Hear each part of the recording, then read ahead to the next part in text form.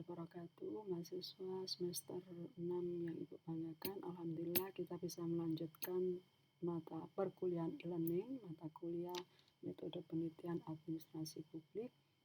Pada kesempatan kali ini kita sudah sampai pada materi bab 3 metode penelitian. Kalian bisa baca slide demi slide yang sudah Ibu sampaikan di atas. Yang terpenting catatan di sini bahwa untuk menggunakan metode penelitian yang lazim atau biasa dipakai pada mahasiswa strata 1 dalam penulisan skripsi itu adalah ada dua jenis penelitian deskriptif kualitatif dan jenis penelitian deskriptif kuantitatif. Kemudian yang perlu juga diperhatikan dalam penulisan bab 3 metode penelitian itu ada beberapa subbab. Yang pertama tipe dan dasar penelitian, fokus penelitian, lokasi penelitian, teknik penentuan informan, teknik pengumpulan data, jenis data, teknik analisis data, dan alur kerangka penelitian. 8 subbab ini harus ada pada bab 3 metode penelitian.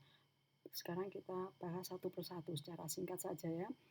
Untuk tipe dan dasar penelitian ini kalian harus menentukan jenis dan penelitian apa yang akan kalian gunakan sebagai metode yang akan kalian gunakan dalam penelitian.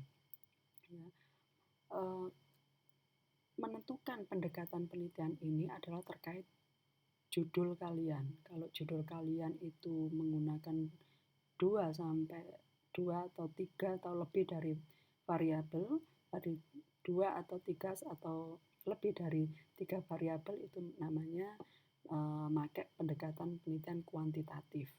Ya, bertujuan untuk menguji teori. Tapi kalau penelitiannya satu konsep saja dan mencoba untuk menggali lebih dalam, informasi lebih dalam terkait dengan permasalahan tersebut, maka menggunakan jenis penelitian kualitatif. Ya, dan itu harus ada reasonnya, harus ada alasannya kenapa kalian memakai jenis penelitian kuantitatif ataupun kualitatif. Harus disertakan, ditulis secara rinci pada subbab pertama, tipe dan dasar penelitian. Kemudian fokus penelitian ini kalian merujuk pada rumusan masalah. Kalau rumusan masalah sudah kalian tetapkan ada 2, maka di fokus penelitian ini juga ditulis 2. Kalau rumusan masalah dengan menggunakan kalimat tanya, kalau di fokus penelitian menggunakan kalimat pernyataan. Jadi kalau seumpama di rumusan masalah, bagaimana implementasi kebijakan program PKH di Kabupaten Sidoarjo. Yang kedua, apa faktor penghambat dan pendukung implementasi kebijakan PKH. Maka di fokus penelitian yang pertama ditulis adalah fokus penelitian yang pertama, implementasi kebijakan, implementasi program PKH di Kabupaten Sidoarjo. Dan kalian harus menurunkan dimensi-dimensi dari implementasi ini. Untuk menurunkan dimensi-dimensi yang ada di implementasi ini, kalian bisa mengacu pada alur kerangka konsep yang sudah kalian bikin di bab 2. Sebagaimana ada di gambar ya, alur kerangka konsep tugas kemarin ya. Di situ kalian kan sudah membreakdown teori apa yang kalian pakai. Nah, dari teori tersebut maka konsep yang kalian akan gunakan sebagai fokus penelitian itu kalian turunkan dari teori tersebut. Kalau dalam kerangka konseptual itu kalian memakai teorinya implementasi dari Edward, maka di fokus penelitian ini harus kalian jelaskan bahwa fokus penelitian tentang implementasi program PKH ini diturunkan dari teorinya Edward. Dimensinya apa saja? implementasi kebijakan menurut Edward itu yang pertama ada komunikasi, yang kedua ada sumber daya, yang ketiga ada struktur birokrasi, yang keempat ada disposisi. Itu harus kalian tulis di fokus penelitian ini. Itu fokus penelitian yang pertama. Fokus penelitian yang kedua di rumusan masalah tadi ada faktor penghambat dan pendukung. Maka nomor 2 fokus penelitiannya adalah faktor penghambat dan pendukung. Ini tidak perlu diturunkan dimensinya karena faktor penghambat dan pendukung ini nanti akan kalian dapatkan ketika kalian mengambil data di lapangan. Ya, sesuai dengan kondisi.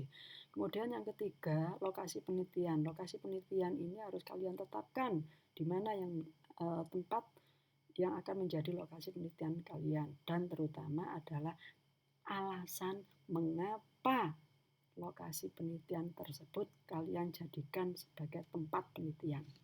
Alasan ini harus ilmiah. Ya. Kemudian teknik penentuan informan. Teknik penentuan informan ini kalian harus baca buku, ya. Teknik penentuan informan pada penelitian kualitatif itu menggunakan purposive sampling atau snowball. Itu kalau kualitatif. Kalau kuantitatif tentu saja ada rumus-rumus yang harus kalian pahami. Rumus-rumus statistik yang harus kalian pahami bagaimana menentukan populasi dan responden. Biasanya ada huruf N itu ya, N besar, N kecil itu.